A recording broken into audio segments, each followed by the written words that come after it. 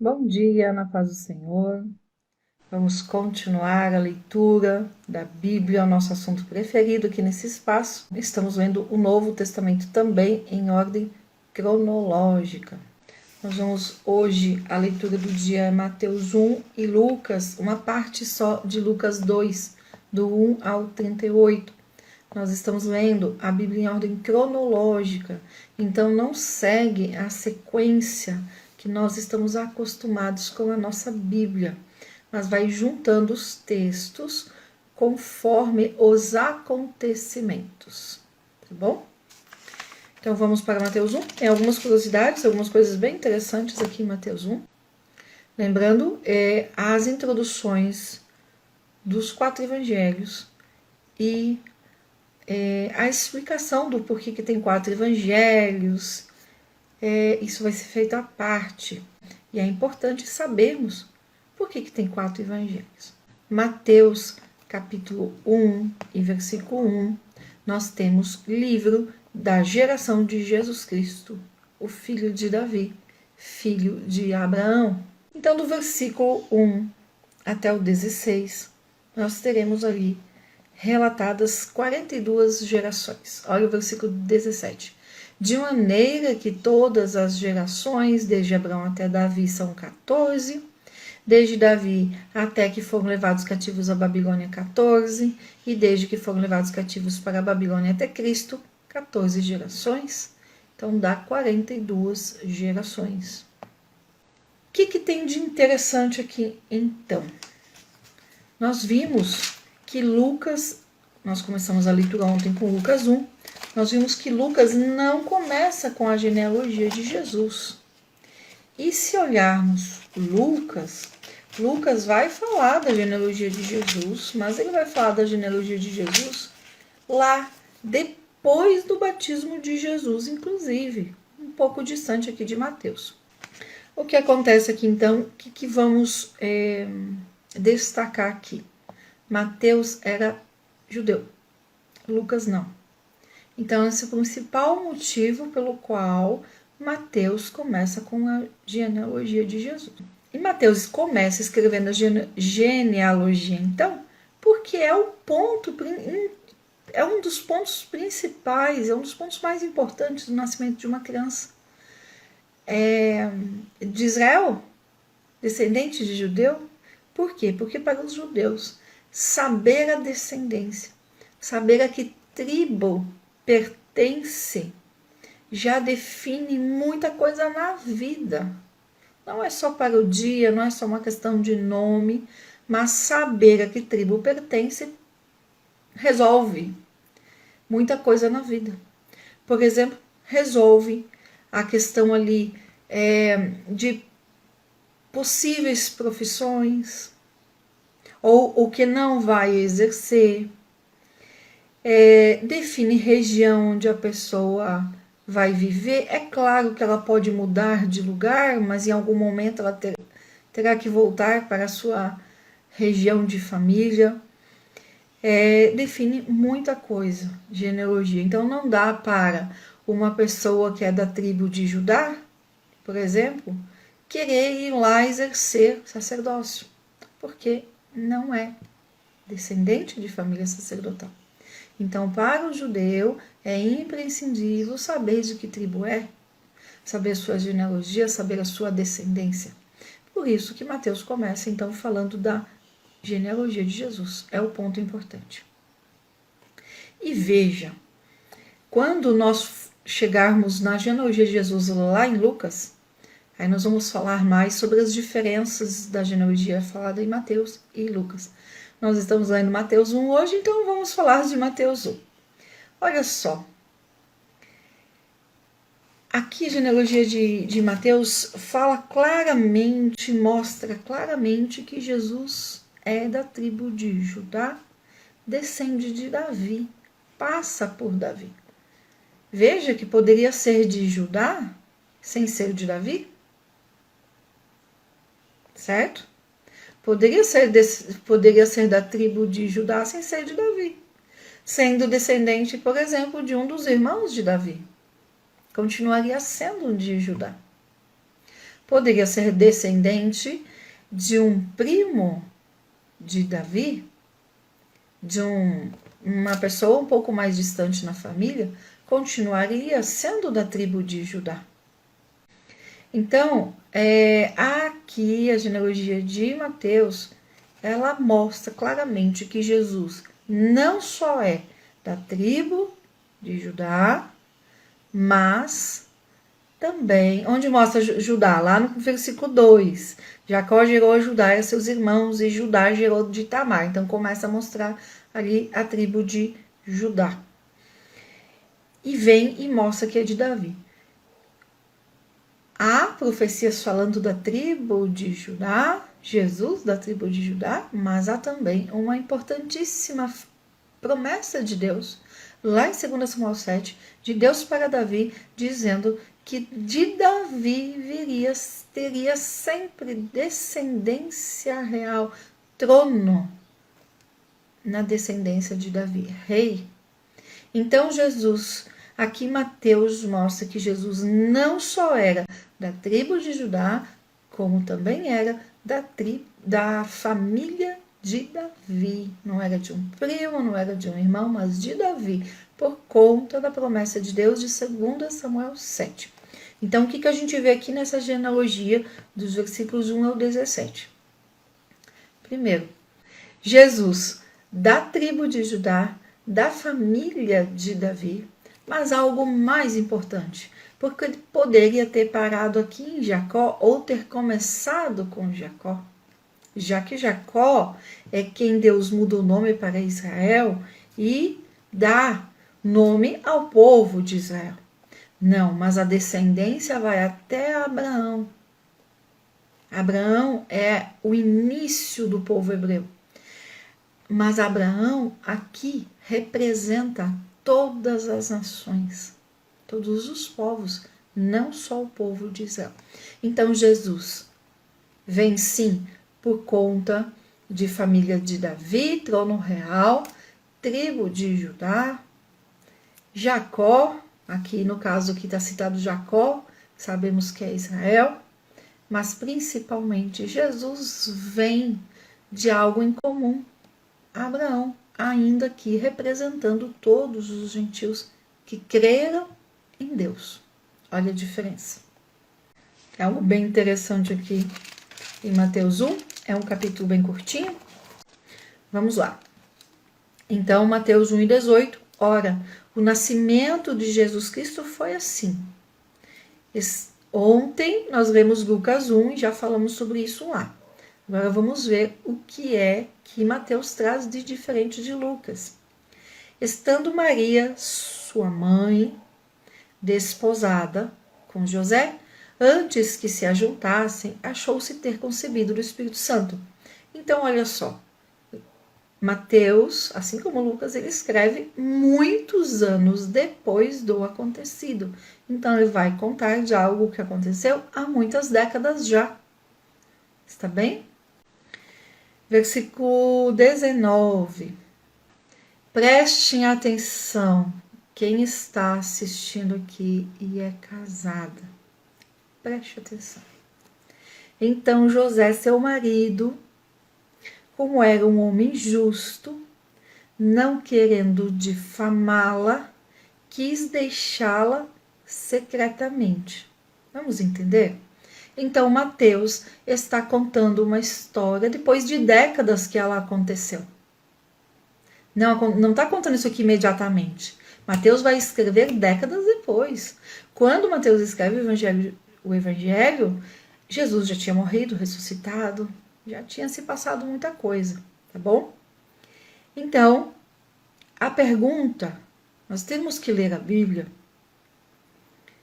e se prendendo bem ao que está escrito e entendendo as coisas. Vamos ver, por que é que Mateus está escrevendo que José era um homem justo? Então José, seu marido, como era um homem justo, não querendo difamá-la, quis deixá-la secretamente.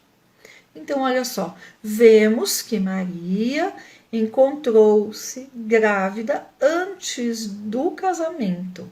Ela já estava desposada. Esse desposada aqui é no sentido de comprometida, é como se fosse um noivado. Como se fosse, porque é bem diferente do noivado que é hoje. E aí, quando a gente lê aqui que José, querendo não difamá-la, é porque ele tinha apreço por Maria, tinha esse cuidado. A Bíblia não deixa claro se a amava, já que os casamentos aqui não aconteciam também da forma como é hoje, mas entendemos que ele tinha um apreço, tinha um sentimento por Maria, tinha um respeito. Não queria difamá-la. Por quê? Porque aqui se vivia a lei de Moisés. O que é que a lei de Moisés fala para quando uma mulher encontra-se grávida fora do casamento? Veja, aqui ainda é fora do casamento, Maria não tinha casado ainda. A lei de Moisés fala que ela seria sentenciada à morte, apedrejada. Então, quando a gente lê que ele não queria difamá-la, é porque não era para morrer. Ele não queria que ela morresse. Veja, por que está escrito achou-se ter concebido do Espírito Santo? Maria falou isso. Maria contou para ele que ela estava grávida do Espírito Santo. Isso nunca tinha acontecido na história e também nunca mais aconteceu e nunca mais vai acontecer. Isso aqui foi único. Pensa, José ali, esperando chegar o dia do casamento, esperando a sua noivinha pura, ingênua de tudo, e aí ela aparece falando isso. Dá para imaginar como é que foi a cabeça de José? Se eles a acusasse ou falasse, ela está grávida e não é de mim, ele estaria sentenciando Maria à morte, tá? Porque eles viviam a lei de Moisés. É isso que a gente precisa saber. Gente, se hoje, vamos pensar hoje, se nas nossas igrejas tem um casamento marcado, já marcado, a gente já sabe quando é que vai ser o casamento, e a noiva aparece grávida, e é do próprio noivo, já fica mal falada. Imagina se ela aparece grávida, desmarca o casamento porque é de outro. Como é que fica? Vamos ser sinceros, a gente não vai falar? Agora você imagina isso nos tempos de Jesus, nos tempos, não aqui de Jesus, mas até antes de Jesus, porque aqui ainda é os 400 anos do período interbíblico. Maria ia ser morta, sentenciada à morte. Entende? Lá na lei de Moisés, tanto em Levítico como em Deuteronômio, nós lemos sobre isso, sobre essa questão da lei de Moisés. Aqui era adúltera, ela era condenada à morte, ela deveria ser apedrejada. Nós vamos estudar, eu não trouxe as referências agora, porque nós vamos ler essas referências quando chegarmos lá na mulher pega em adultério, que Jesus vai e fala que ninguém atirou nenhuma pedra. Aí nós vamos falar sobre isso, tá bom? Mas é isso. Por que é que José não fala? Porque não querendo difamá-la. Então, trazendo para os nossos dias, se acontece isso hoje, vai ser difamada? Vai ser falada mal? Vai. É falada mal, muito, se acontecer de uma noiva com casamento marcado aparecer grávida de outro. Então, imagina isso 2000 anos atrás. E aí, imagina numa situação onde a lei permitia que esta mulher adúltera fosse colocada em público e apedrejada até a morte. Então, é neste ponto, é assim que nós precisamos entender a José. Mas lembra que eu falei, quem é casada, preste atenção. Aí está bem, vamos pensar em José? É falado pouco dele, né? Tão pouco, quase não se vê falas, estudos sobre José. O José, pai de Jesus. Aí olha só, José trabalhando lá nos seus afazeres, carpinteiro, se preparando para o dia do casamento, ou seja, certamente trabalhando com diligência, porque em breve teria uma família. E aí recebe a noiva, que conta para ele que está grávida, grávida do Espírito Santo, um negócio que nunca tinha se ouvido falar. E aí, o que José faz? Agora me digam vocês, o que os seus maridos fazem quando recebem a notícia de um problema gigante que possivelmente vá causar mudanças? O que os maridos fazem quando recebem a notícia de algo, de um problema, que precisa dar atenção e resolver, que precisa tomar uma decisão? Me contem. Aqui no 18 e no 19, José ainda não tinha informação nenhuma de Deus. Ele não queria difamá-la por ele mesmo, por isso que Mateus fala que ele era justo, ele era de um caráter justo, ele era uma pessoa justa. Deus ainda não tinha falado com José. Ele recebe essa notícia, esse problemão, que era, sim, ele ainda não sabia do que se tratava. Aí sabe o que José faz? Igualzinho que em casa, gente. Igualzinho. Foi dormir. Por isso que eu falei, as casadas prestem atenção. A maioria dos homens, quando tá no meio, vai dormir. E consegue dormir, que é uma bênção, não é assim? Olha só, ele foi dormir, claro, pensando nisso. Deus não tinha falado com José ainda, ele não sabia de nada. E aí olha o versículo 20. Mas pensando ele nisso, eis que o anjo do Senhor apareceu em sonhos. Como é que sonha, gente? Como é que aparece em sonho? Quando tá dormindo, certo? Por isso que eu falei, José, nesse dia, então, em tudo isso, com todo esse problema, gente, um problema, traz para os nossos dias um noivo que tá ali trabalhando firmemente porque vai casar e vai ter uma família para sustentar, recebe a noiva com a notícia de que tá grávida e não é dele. E aí aparecem sonhos para José. E aí sim é quando Deus fala com José, porque até aqui José não sabia de nada. Mas pensando ele nisso, eis que o anjo do Senhor lhe apareceu em sonhos, dizendo: José, filho de Davi. Olha aqui, ó, reafirmando descendência de Davi. José, descendente de Davi. Aí, filho, não temas receber a Maria como sua mulher, porque o que nela está gerado é do Espírito Santo.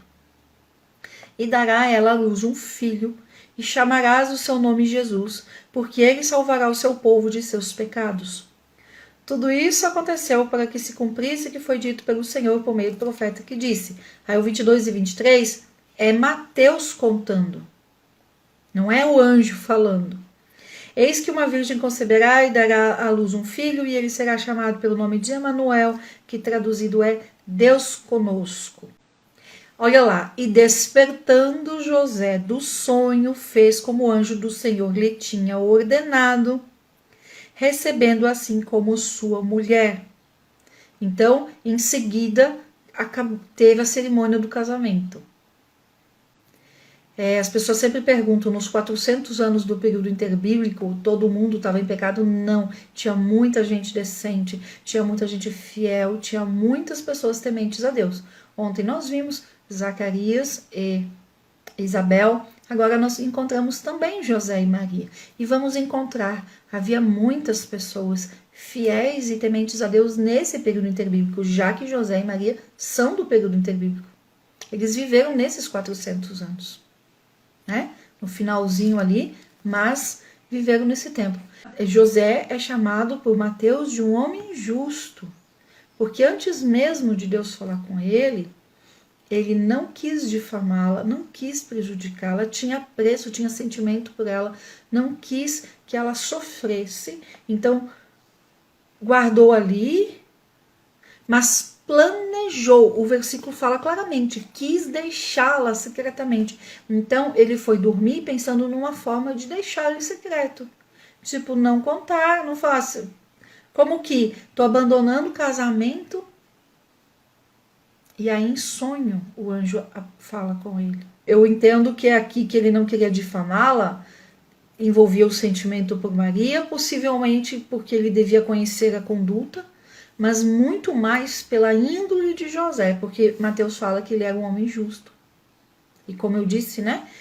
Quando o homem é justo, quando o homem tem uma boa índole, ele respeita a mulher, não só a sua, mas todas, de uma forma geral.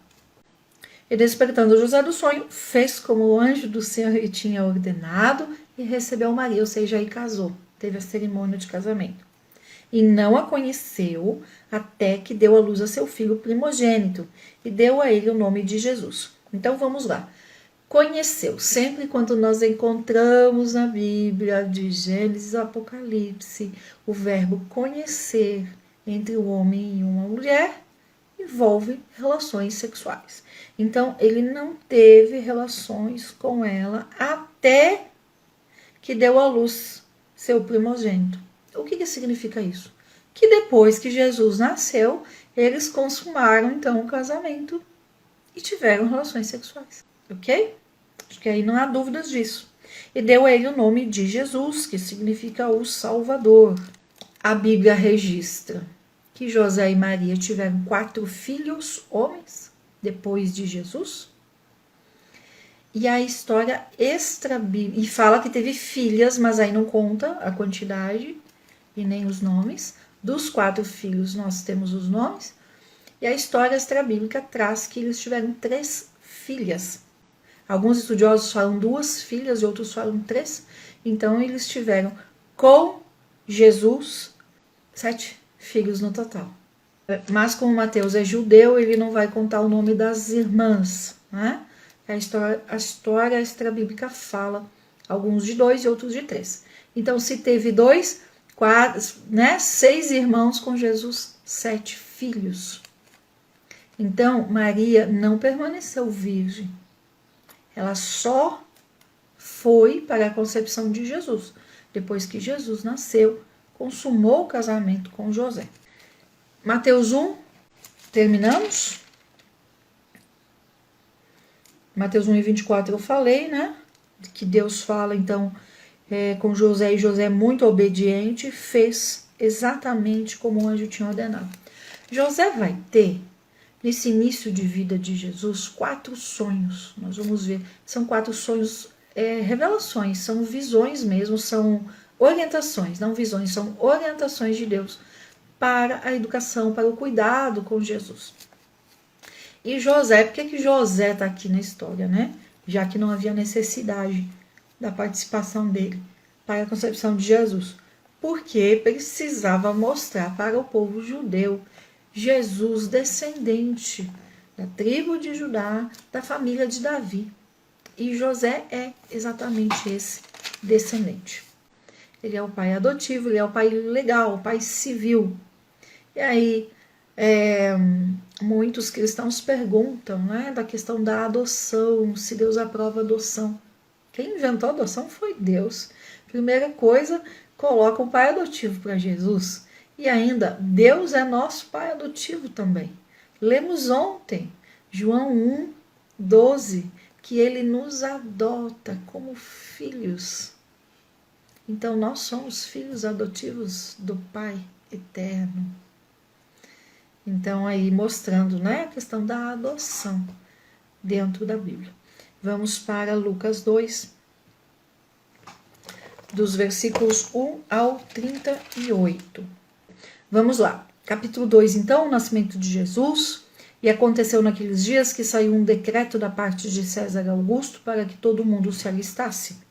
Esse todo mundo não é todo mundo, é todo mundo debaixo do Império Romano, que é quem estava dominando aqui, tá bom? Este decreto, ele era o quê?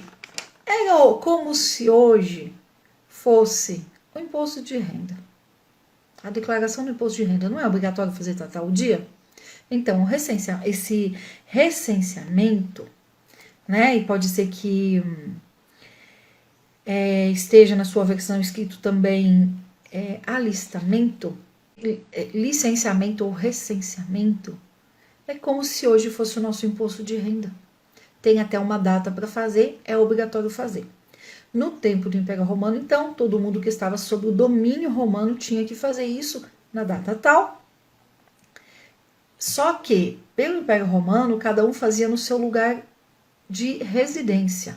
Aqui em Israel, por conta dos costumes judeus, alterou-se essa regra do recenseamento, do alistamento, que para os romanos, assim como é o nosso imposto de renda, faz onde mora. Você coloca o endereço da sua residência e você faz ali. Aqui em Israel, pelos costumes judeus, precisava ir para o local de origem da família. E as famílias ficavam no local de origem da tribo. Então, alistamento, recenseamento, censo, são sinônimos, vamos dizer. Mas este aqui do Império Romano, ele é muito mais parecido com o nosso imposto de renda do que um censo comum, do que um alistamento, por exemplo. Por quê? Ele queria os nomes das pessoas da residência, se era homem, se era mulher, a idade, o que fazia, né, as ocupações, e ele queria saber das propriedades, das terras, de tudo que tinha, se tinha servos, se não tinha, se tinha animais, se não tinha, de tudo o que aquela família tinha. Por isso que eu falei que é mais parecido com o imposto de renda. Bom trabalho para a senhora, que Deus abençoe, um bom sábado. Até mais tarde. Que eu sei que ela termina de assistir depois, muito bem. Então, era um censo, porque quando a gente fala censo, é só no sentido de contagem. Quando a gente fala de alistamento, é criar uma lista para algo. Quando fala recenseamento, é um censo sendo feito de novo. E este recenseamento aqui romano é mais que isso. Ele queria, sim, a lista de todo mundo, com os nomes da família, o que faziam, como se ocupavam, mas ele também queria saber das propriedades, dos bens, dos animais, se tinha servo, se não tinha. Por quê? Império Romano, domínio romano, eles cobravam impostos de acordo com o que cada família tinha. Vocês acham que o imposto de renda é novidade do Brasil? Né? E também verificar a questão dos homens, a idade dos homens, para, numa necessidade, convocar para a guerra, convocar para o exército. E a diferença também desse recenseamento é que não podia uma pessoa fazer a declaração. Precisava apresentar, porque a pessoa ligada ao Império Romano, ela tinha que ver os integrantes da família.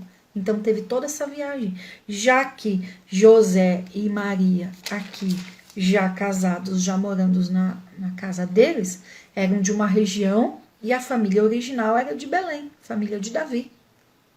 Então eles viajaram para Belém para que Maria e José fizessem ali cumprissem com a lei do Império Romano. E aí, pensa, né? Que eles viajaram em cima ali de animais, Maria grávida, com aquele barrigão já. E aconteceu que, estando eles ali, cumpriram-se os dias em que ela havia de dar à luz. Ela não foi no médico, não foi no ultrassom, e o médico falou assim, tá para acontecer essa semana. Não, gente, isso é natureza. Cumpriu-se os dias, Lucas contando aqui, que chegou a hora da criança nascer. Eu penso que a viagem pode ter acelerado. Pode ser que ela não completou as 40 semanas? Pode ser que nasceu antes. Gente, Maria viajou barriguda, em cima de um jumento, possivelmente, né? Ou ali de uma mula, em cima de um animal. E esforço físico desse tipo, sabemos que pode ter acelerado. Mas se acelerou tudo dentro de um plano de Deus para que nascesse em determinado dia. No dia determinado para nascer. Não nasceu nem antes nem depois. Se acelerou no sentido de completar o tempo, acelerou simplesmente dentro do prazo, tá? E só por coincidência, só por curiosidade, né? José e Maria moravam ali em Nazaré, e Nazaré para Belém dava cerca de 130 quilômetros. Então, cumpriram-se os dias em que ela havia de dar à luz. A Maria, jovenzinha, com José, também jovem, sem família, sem mãe, sem sogra, sem ninguém ali para ajudar, e deu à luz o seu filho primogênito. Veja que aqui em Lucas 2:7 fala primogênito, e nós acabamos de ler aqui em Mateus capítulo 1 e versículo 25, até que deu à luz seu filho primogênito. Então, reforçando, Jesus era o primogênito. Janaína, mas Jesus não é unigênito. Unigênito de Deus, mas primogênito de José e Maria, tá bom? Primeiro filho. Ou seja, gente, só é primogênito quando tem outros filhos depois. Porque se não é primogênito, se não tem outros filhos depois, não é primogênito. É único, né? Lucas 2:7. E deu à luz seu filho primogênito e o envolveu em panos e deitou-o numa manjedoura, porque não havia lugar para eles na hospedaria. Olha só, eu quero que você marque atenção, destaque quem destaca na Bíblia, que eu sei que tem quem não destaca. Eu sou das que escreve, das que destacam.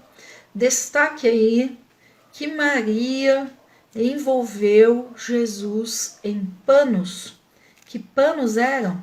Panos que ela tinha ali na viagem, tá bom?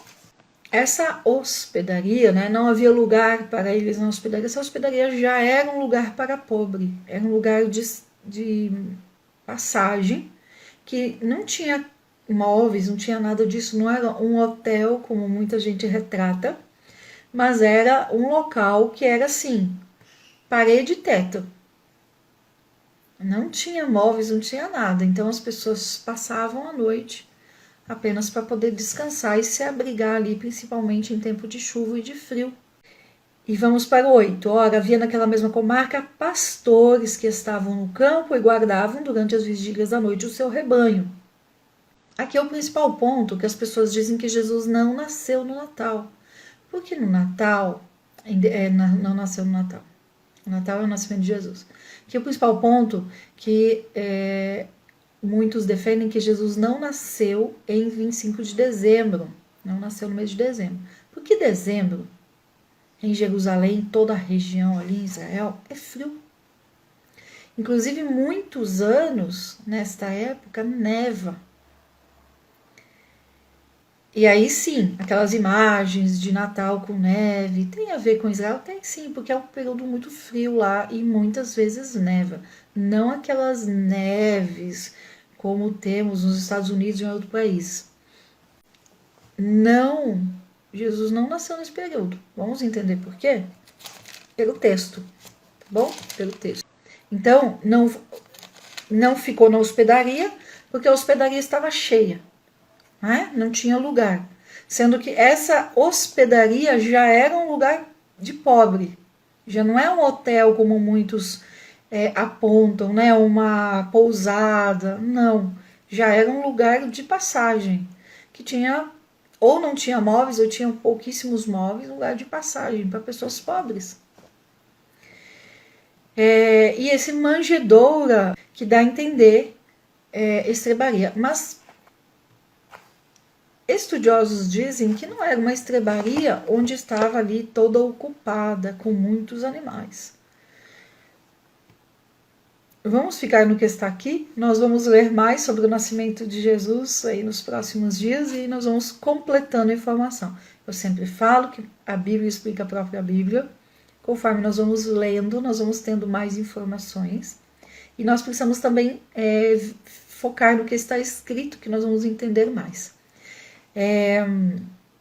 Mas eu penso que tinha sim alguns animais, não aquela estrebaria cheia, mas que tinha ali sim alguns animais. Então vamos lá. 8. Tem até um ponto que fala, né, que essa estrebaria, ela era da hospedaria. Então, não era um local que tinha animais de criação, animais dos proprietários permanentes dali, mas que era um local para colocar os animais daqueles que ficavam na hospedaria. Então, também animais de passagem.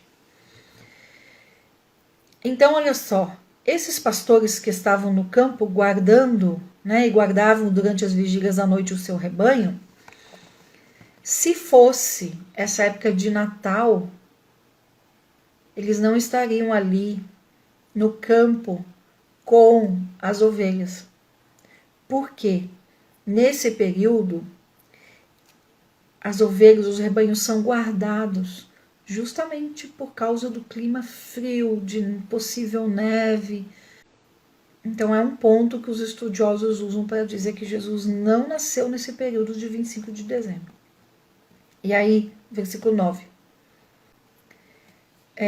E eis que o anjo do Senhor veio sobre eles, e a glória do Senhor os cercou de resplendor e tiveram grande temor. E o anjo lhes disse: não temais, porque eis aqui vos trago novas de grande alegria, que será para todo o povo. Todo o povo, incluindo então todas as raças. Pois na cidade de Davi, onde? Belém, vos nasceu hoje o Salvador, que é Cristo, o Senhor. Veja, o versículo 11. Não está escrito que ele se tornaria o Salvador. Que ele se tornaria o Senhor. Ele já é. Ele já nasceu Senhor, já nasceu Salvador. E esse versículo 11 tem sido esquecido em partes, porque as pessoas falam o seguinte: você quer aceitar Jesus como Senhor e Salvador? Essa é a pergunta. Você quer servir a Jesus como Senhor e Salvador, porque Ele é Senhor e Salvador, está aqui? Muitas vezes as pessoas só querem Jesus Salvador, aquele Jesus que as tira, que as salva dos problemas, mas não quer abaixar a cabeça para o Jesus Senhor. E é isso que está faltando. Minha vida não vai para frente. Porque você só quer o Salvador, precisa também ter o Senhor. Para o Senhor, nós vimos lá em Malaquias, no capítulo 1, vocês dizem que eu sou o Senhor, mas vocês não agem como servos. Né? Então nós precisamos ver isso aqui no versículo 11. Versículo 12, vamos agilizar aqui. E isto vos será por sinal: achareis um menino envolto em panos e deitado numa manjedoura. Lembra que eu falei aqui em cima do versículo 7? Destaca que envolveu em panos? Então aqui no 12. Ou seja, é imediato. Imediatamente. E no mesmo instante apareceu com o anjo uma multidão dos exércitos celestiais, louvando a Deus e dizendo: glória a Deus nas alturas, paz na terra, boa vontade para com os homens. E aconteceu que, ausentando-se deles os anjos para o céu, os pastores disseram uns aos outros: vamos até Belém e vejamos isso que aconteceu e o que o Senhor nos fez saber. E foram apressadamente e acharam Maria e José e o menino deitado na manjedoura. Ou seja, ainda estava naquelas primeiras horas depois que Jesus nasceu. E vendo, o versículo 17, divulgaram a palavra que acerca do menino lhes fora dito. E todos, ou seja, todos em Belém, que a ouviram se maravilharam do que os pastores lhes diziam. Mas Maria guardava todas essas coisas, conferindo-as em seu coração. E voltaram os pastores e os seus rebanhos, glorificando e louvando a Deus por tudo o que tinham ouvido e visto como lhes havia sido dito. Vamos lá. Versículo 21. E quando os 8 dias foram cumpridos, que 8 dias? Os 8 dias de acordo com a lei da circuncisão. Desde lá em Moisés, 8 dias depois de nascido, faz a circuncisão. E quando os 8 dias foram cumpridos para circuncidar o menino, foi-lhe dado o nome de Jesus. Jesus significa Salvador, que pelo anjo lhe fora posto antes de ser concebido. E cumprindo-se os dias da purificação dela. Então, olha só, gente. Vamos entender? Versículo 21. Circuncisão aconteceu 8 dias depois de Jesus. Circuncidou Jesus. Pronto, em casa de novo. Quarentena de Maria.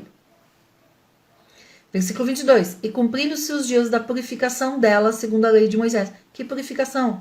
A purificação de 40 dias da mulher. Está lá em Levítico 12. Para quem acha que quarentena é coisa agora, da década de 60, 70. O levaram a Jerusalém para o apresentarem ao Senhor. Aí sim, quando passou a quarentena, passou o tempo de Maria, o tempo da purificação de Maria, aí junta, José pega Maria, Jesus e vai lá para Jerusalém. O tempo de purificação da mulher, quando era menina que nascia, é maior do que quando é menino. Tem uma diferença lá. Então, Maria cumpriu esse tempo. José não foi sozinho levar Jesus. Ele esperou sua esposa, Maria, cumpriu o tempo. O resguardo que a gente chama hoje era o tempo da purificação. O que é esse tempo da purificação? Nós sabemos. É sair tudo que precisa sair ali do corpo depois da gestação. Tá? Então, Jesus não foi apresentado depois de 8 dias. Foi depois. Leia na sua Bíblia. Veja como é que está escrito na sua Bíblia aí no versículo 22. Lá em Números 3, a gente lê que todos os primogênitos homens eram do Senhor. Então, eles precisavam fazer a apresentação de Jesus lá. Versículo 23. Segundo a lei do Senhor, o que está escrito na lei do Senhor, todo macho primogênito será consagrado ao Senhor. E para darem a oferta, segundo disposto na lei do Senhor, Levítico 12 e 8. Um par de rolas ou 2 pombinhos. Se você ler lá em Levítico 12, você vai encontrar que poderia ser a oferta de nascimento, né, de um menino, começa com um cordeiro. Os pombinhos ou o par de rolas é para os pobres. E aí já mostra a classe social de José e Maria. Eles eram pobres. Eles eram pobres porque ofertaram, fizeram uma oferta de pobre. Eles eram pobres também porque eles eram da região da Galileia. Lá já era em sua maioria pessoas pobres, famílias pobres. Tá? A região ali da Galileia, especificamente de Nazaré.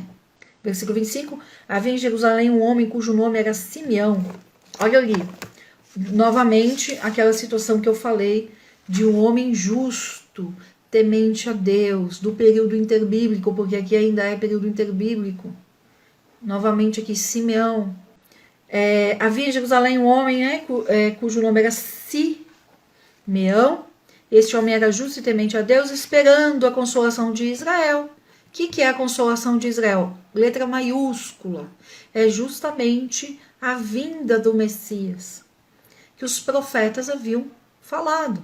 Principalmente, por último, Malaquias. Eles estavam vivendo o período interbíblico, então eles estavam esperando o cumprimento das profecias. E o Espírito Santo estava sobre ele, e fora-lhe revelado pelo Espírito Santo que ele não morreria antes de ter visto o Cristo do Senhor. E movido pelo Espírito, determinado dia ele acordou de manhã, e movido pelo Espírito ele foi ao templo. O Espírito Santo o impulsionou para levantar e ir na casa de Deus. E quando os pais trouxeram o menino Jesus ao templo para com ele procederem segundo o uso da lei,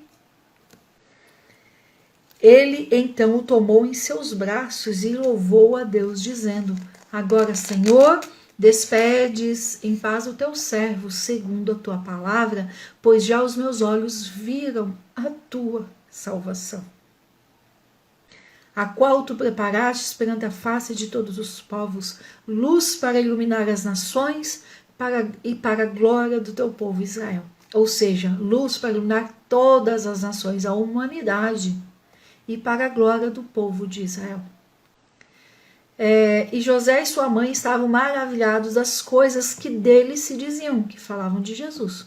E Simeão os abençoou e disse a Maria sua mãe, eis que este, agora sim, é com Maria, eis que este é posto para queda e elevação de muitos em Israel, e para sinal que é contraditado, e uma espada traspassará também a tua própria alma, falando para Maria, uma espada vai furar a tua alma, ou seja, você vai sofrer. É o sofrimento de Maria, ao ver o filho sendo crucificado. Para que se manifestem os pensamentos de muitos corações. Versículo 36. E estava ali a profetisa Ana, filha de Fanuel, da tribo de Azer. Esta já era de idade muito avançada e tinha vivido com seu marido 7 anos desde a sua virgindade. E ela era viúva de quase 84 anos. Não se afastava do templo, servindo a Deus em jejuns e orações de noite e de dia. E sobrevindo na mesma hora, ela dava graças a Deus e falava dele, ou seja, falava de Jesus, a todos os que esperavam a redenção em Jerusalém. E é até o 38 hoje, né? Eu já ia continuar aqui o 39. Nós vamos continuar o 39 depois. Eu não posso entrar aqui porque tem uma informação muito importante aqui no versículo 39. É amanhã. Amanhã nós já vamos aqui para o 39, tá bom? Então até aqui no 38. Nós encerramos aqui. Nós não aprendemos que Deus é onipresente? Ele está em todos os lugares ao mesmo tempo? Só que Deus, essa onipresença, não é só Deus, Pai, é a Trindade. Então nós encontramos a Trindade em Gênesis 1:1. Por toda a Bíblia nós vamos encontrar a Trindade. Em momentos diferentes, uma pessoa da Trindade atua de forma em primeiro plano e os outros dois ficam como que nos bastidores. Nós vemos a atuação do Espírito Santo por todo o Velho Testamento. Eu não sei em que momento, né, que eu também escuto isso e já ouvi muito isso, né, que o Espírito Santo é no Novo Testamento, de forma mais atuar a partir de Atos 2. Só que, na verdade, quando a gente lê a Bíblia de uma forma detalhada, a gente vê o Espírito Santo em toda a Bíblia. E falando exatamente disso, tá? Deixando sempre muito claro que é o Espírito Santo. Então, veja que é um entendimento que nós precisamos melhorar. O Espírito Santo moveu Simeão para ir na casa de Deus, diferente da viúva Ana, que ficava no templo todos os dias. Simeão não ficava lá todos os dias, ficava na casa dele. E aí, nesse dia em específico, ele foi, né? O Espírito Santo moveu para ir. E o Espírito Santo estava sobre ele. É nesse sentido de, como nós falamos hoje, a partir do momento que nós escolhemos servir a Deus, nós recebemos o Espírito Santo. Não batismo, mas a presença do Espírito Santo. E quando nós estamos com a vida no altar e buscamos servir a Deus, o Espírito Santo nos conduz, ele é o nosso guia. Aqui nós vemos uma atuação direta do Espírito Santo, não usando Simeão em algo como um profeta, né, como um juiz, mas usando ele em algo simples, cumprindo um desejo do coração dele de ver a salvação, ver com seus olhos o Messias. E também no sentido de profetizar, porque o que ele fala aqui, do 30 em diante, ele está profetizando sobre algo de Jesus que vai acontecer. Nós vamos ver mais a atuação do Espírito Santo antes de Pentecostes 2. São também do período dos 400 anos, por isso que na live que eu fiz falando sobre os 400 anos, eu falei que eu não concordo de chamar de 400 anos de silêncio, porque tinha sim, não foi silêncio, aconteceu muita coisa nesses 400 anos, profecias foram cumpridas nesse período, inclusive, e tinha muitas pessoas tementes a Deus que obedeciam a Deus. Então nós precisamos ver o Espírito Santo não como que apareceu a partir de Atos 2, por exemplo, mas a atuação do Espírito Santo de forma específica e esporádica em cima de algumas pessoas, profeta Elias, Eliseu, juízes, mas o Espírito Santo ele sempre esteve dirigindo as pessoas que buscam servir a Deus. Não havia acontecido o Pentecostes. Pentecostes vai acontecer aqui 34 anos depois disso aqui. 33 anos depois disso daqui. Tá? E nós vamos ver, né? Quem acompanhou o Velho Testamento, nós vimos muitas vezes, escrito claramente, o Espírito Santo estava com essa pessoa. A pessoa não foi usada em nada específico e grandioso, mas o Espírito Santo estava com ela. Então nós precisamos ver os atributos de Deus, por exemplo, de onipresença, que não é Deus Pai, mas é a Trindade. Então o Espírito Santo, né, Deus Pai não andou sozinho pelo Velho Testamento, o Espírito Santo esteve todo o tempo. Só que, por que tem horas que fala mais de Deus no sentido de Deus Pai e outras falam do Espírito Santo? Porque de acordo com o que está acontecendo, com o período, com a história que está acontecendo, uma das pessoas da Trindade está no primeiro plano, então fala-se mais dela. Mas não significa que ela está ali sozinha. As outras duas estão aqui como que no segundo plano, como que nos bastidores. No 25 fala claramente, o Espírito Santo estava com ele. Então, era todo o tempo. O Espírito Santo guiava Simeão. Era um homem devotado a Deus. E aí, no 27, no 26, ele tinha uma promessa que pelo Espírito Santo foi revelado, ou seja, de alguma forma, não fala como que foi essa revelação, de que ele não ia morrer sem ver Cristo. E aí, no 27, o Espírito Santo o moveu para ir para o templo. Então, não foi algo só no sentido de levantar e fazer ele ir na casa de Deus, mas o Espírito Santo estava com ele, né? Estava sobre ele, estava sendo guiado em todo o tempo. Gente, fiquem com Deus, Deus abençoe.